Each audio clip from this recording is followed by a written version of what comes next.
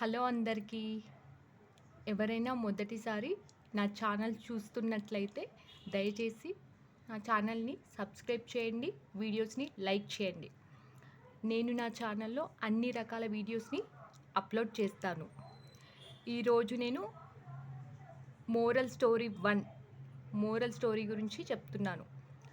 లింగయ్య అనే రైతు రాబందు కథని చెప్పబోతున్నాను. లింగయ్య అనే రైతు పొలం దున్నటానికి వెళ్ళి అక్కడ వలలో చిక్కిన రాబందుని చూచి జాలితో దానిని వదిలేశాడు.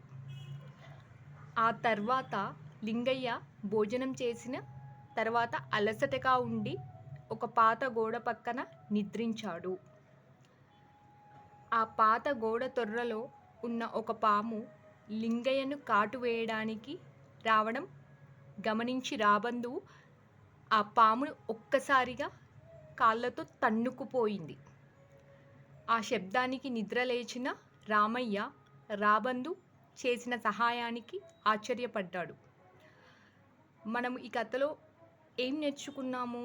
ఇందులో ఉన్న నీతి ఏంటి?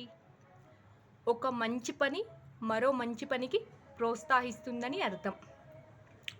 మనం ఒక మంచి పని చేస్తే మనకు మంచే జరుగుతుంది. మనం ఏదైనా చెడ్డ పని చేస్తే మనకి చెడే జరుగుతుంది.